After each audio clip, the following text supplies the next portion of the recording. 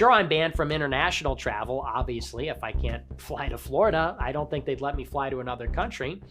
And they took all my money. And they didn't need a trial to do that or a conviction. They didn't even need a pretext for anything like that, or much less, they didn't need me to commit a crime to do all of that. So this is a very terrifying precedent that they've set. And it's not even just the precedent, it's the thing in itself. It's a precedent for everybody else, but this is my reality. This is my life. I think I've been targeted because I'm effective. I'm somebody that has been isolated and separated out and singled out exclusively for this level of persecution because there are a variety of things that differentiate me from other people. Up until they took my cash, I had no shortage of money. I'm somebody who can mobilize my supporters in real life in any major city in the country. I'm somebody who's a compelling, effective orator.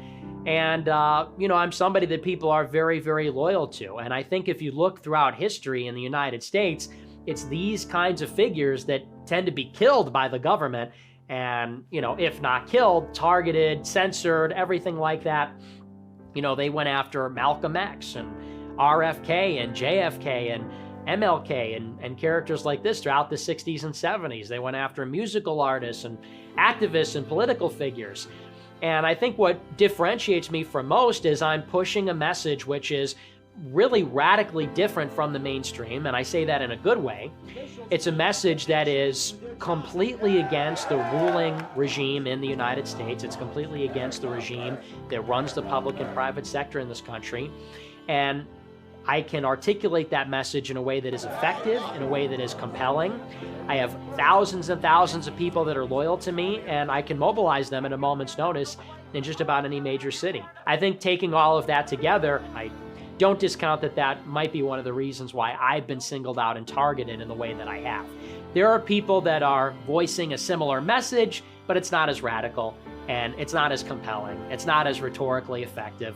There are people with a bigger following than me, but they can't mobilize those people. Those people aren't loyal to them. And so that's where I'm truly kind of a unique individual, where throughout Stop the Steal, I demonstrated a particular effectiveness which the federal government's very aware of.